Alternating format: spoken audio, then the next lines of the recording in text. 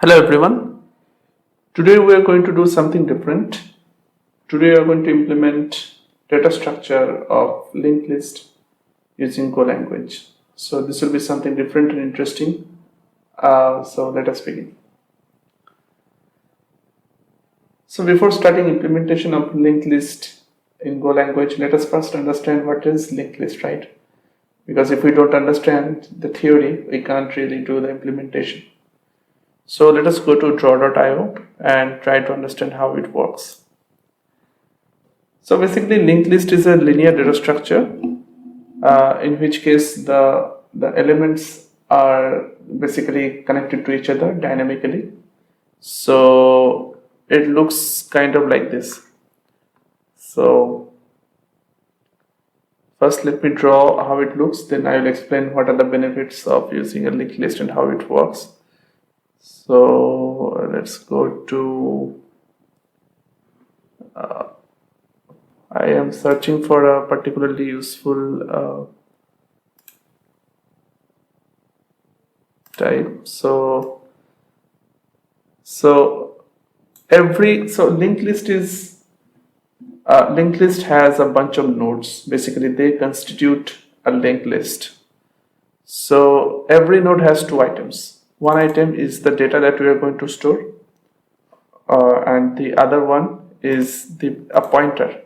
Basically, it points to the location of the next node. So let us say this is node number 1, right? So in case of node number 1, so let us say we want to store the data as 1, and here we will have the memory location of the next node. So let's say it's 3001, right? So this node itself is present in a memory location. We can say, let's say this one is present at 3000. Let's add a text here.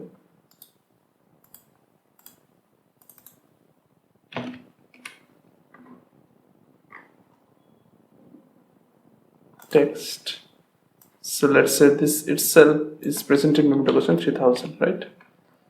Now it is saying that for visiting the next node, go to the node present in location 3001. So we can simply create another one, and these two will be connected. So here we can say the data that we want to store is let's say this 3002.3002, and the data that we want to store is 2.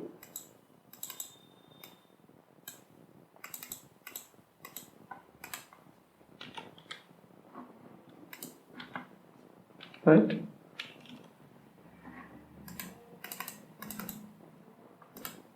So I don't know why it doesn't show here. Yeah, this is something you can do. It's not the best picture, but I'm trying. And similarly, this is 3001, right? 3001. Similarly, we will have next node like at 3002. So 3002, let's say, right? And we'll have a similar node at 3002. And let's connect these two, right? And here we'll have, let's say, data 3, and so on. So this is how the linked list works. And to track this whole stuff, we have something called a head node. So head node is nothing but a node which basically points to the first node of the list. So we'll have something similar to this. So like this, and we can call it, let's say, head, right? Head, and it will have the connection to the first node like this. We can probably make it here, and here it would be 3000. So what's happening? So head is pointing to the first element of the list, that is 3000, memory location 3000. Now this has the item as 1. Then it points to the next one, 3001, which has the data as 2. And this one has 3002, which has data as 3. Now the last node has the, so let's make it clear. So the last one has no reference because it just ends here, so it doesn't point to any new node. So it just finishes here, and we can say that it holds 3, right? So these are the linked list works. What is the benefit of this data structure? The benefit is the linked list doesn't waste any memory. So every memory has data present within itself. There is no nil value present. So 1, 2, 3. For 3 values, we know there must be 3 nodes. It can dynamically grow and reduce. So if I delete this element 2, it will simply need to point to 3002, change 3001 to 3002, and it will point to the node 3. So thus this linkage will be created, linkage like this, and it will have only 2 elements. So this gives us the benefit of dynamically pointing to the next node, and thus reducing the chance of wastage of any memory. So these are some sort of benefits that we can find in lists.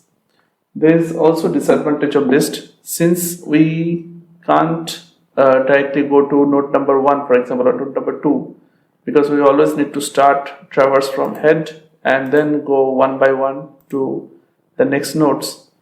There is no way to directly go to node number 2, for example. So the selection is slower in case of linked list, which is a disadvantage of linked list basically.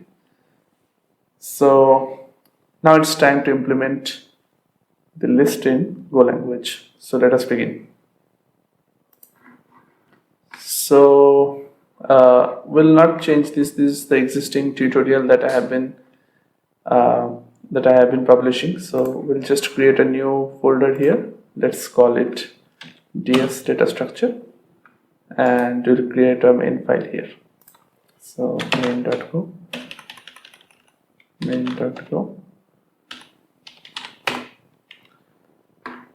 and let's open this as a new window. So here we'll implement our list. So let's first take a second and let's understand what we need to do. So let's go back to the image first. So as you can see, we always have a head node, right? So we must have a head node always present. So for now we can implement 2 methods. One is to insert a new node in the end, and the other one could be to show the list, the elements that have already been inserted. So let's do that. So it will be package ds, package main, func main,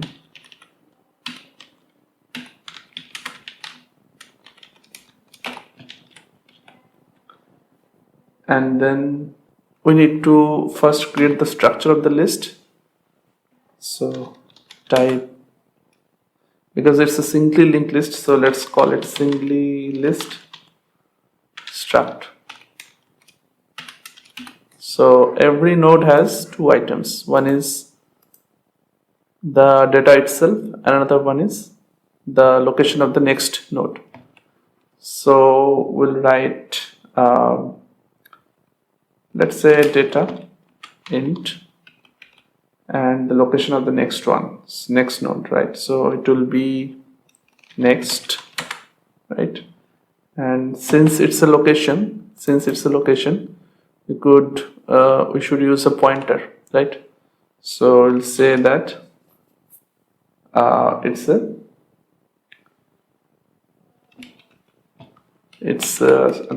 can call this node, it's a node, right?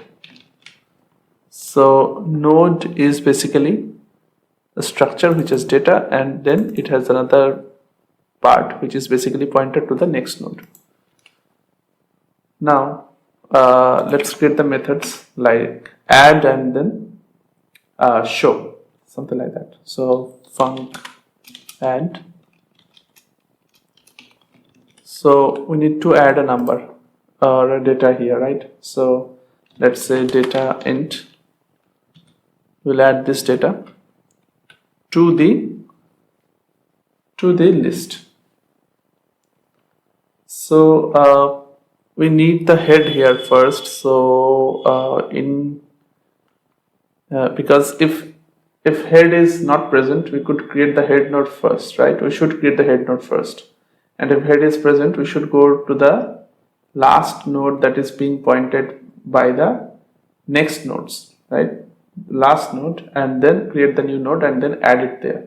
So that should be our algorithm. So let's write the algorithm down here so that it's easy to follow. So number 1, create head node if not already present, right? Next, if head node is present, traverse the list and reach at the last node. Last node is the node which is not pointing to any new node, right? And then create the new node and simply point to the new node from the last node. So that should be our algorithm for add, right? So we should have a head node first. So in Go we can create a global variable. So we'll say var head, right, star node, because head is a pointer to a node, right? So we'll say if head equals to nil, right? That means head is not present. So like we said, if not already present. So if head is not present, we'll create this head node first. So then head would be node, and then we'll pass on the data. So data would be our data. Simple, easy and simple. We do not need to do anything else here. Head node would be created. Else follow the head node, the next node and the next node and so on. So so in else clause we are saying that head node is present. So we'll have a pointer which is basically going to say that current is equal to head, let's say. So current is a temporary node which is going to point to head node. Now we need a loop to go from starting node to end node. So for loop for car.next. So till how many nodes we need to go? Till the last node is nil, right? So we'll say till it is not nil, cur equals to cur.next. So that means we go to the picture. So current is first going to point to head. It's going to see it has 3000. Is it nil? No. Is it nil? No. Is it nil? No. Is it nil? Yes. Then it will stop here. Then a new node will be created, and that location of that node will be updated in this nil. So when we are here, that means last node has been reached. So we create a new node. So let's say nn new node equals to node, and data would be data, and the next node of current would be our new node, right? So it should be since it's a pointer, it should be ampersand. So let's verify this algorithm. So if head is not present, create a head, and that's all. If head is present, it's a pointer cur which is going to say head, and then it is continuously going to see till which point it is not nil. So it will keep updating the index.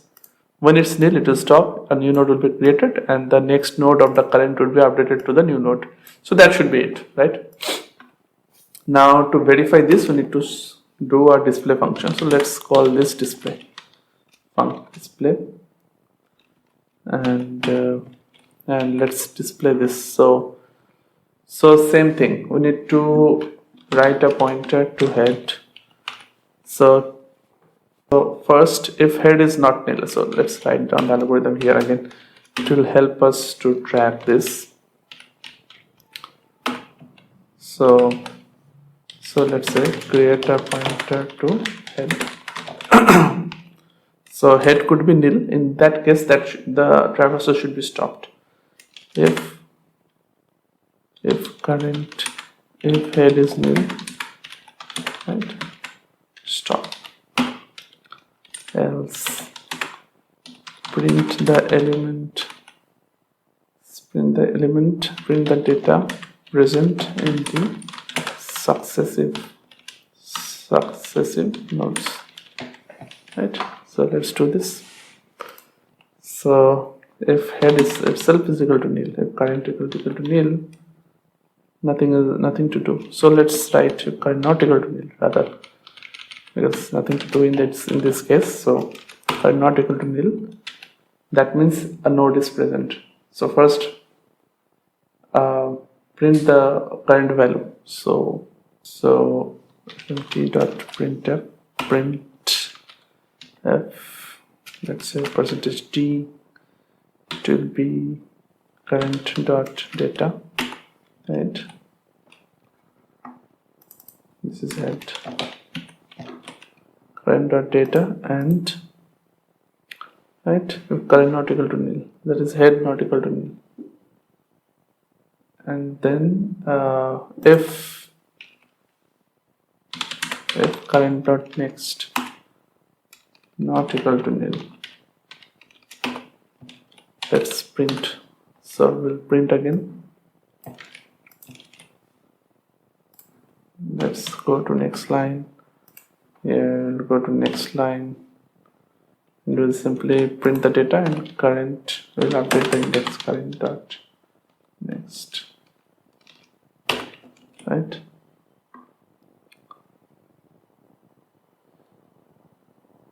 Yeah. So I think this would come before this, because we need to first move the current node, then we can print the current node's data. So that should be good. Okay, time to put this into action. So display, let's print capital just to keep it synchronized.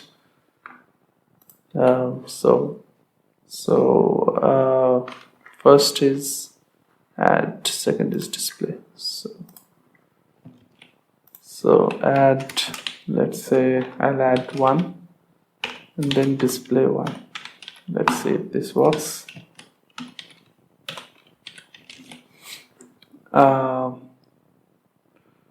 I'm sorry, display has no function. So terminal, new terminal, let's see.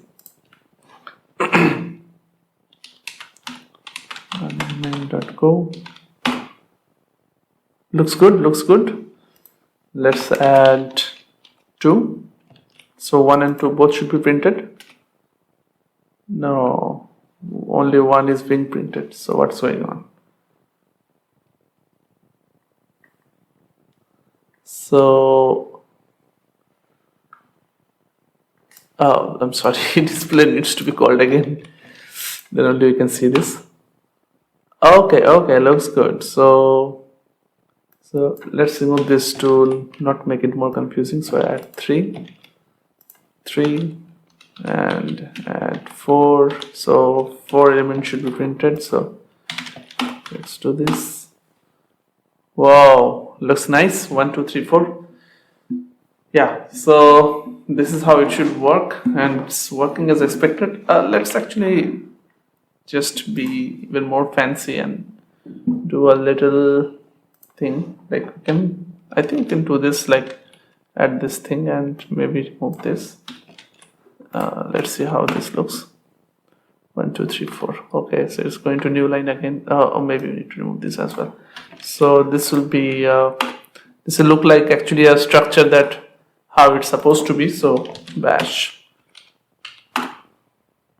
yeah, looks quite good. So maybe you can add fmt.print ln here and that should make it even better.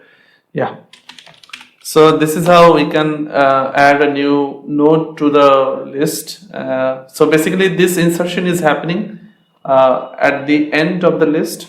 We can even since it's dynamically pointed, so we can even make the insertion happen in any index that we want. It could be at the beginning, it could be at the end, it could be at the middle in a given index. It's up to us.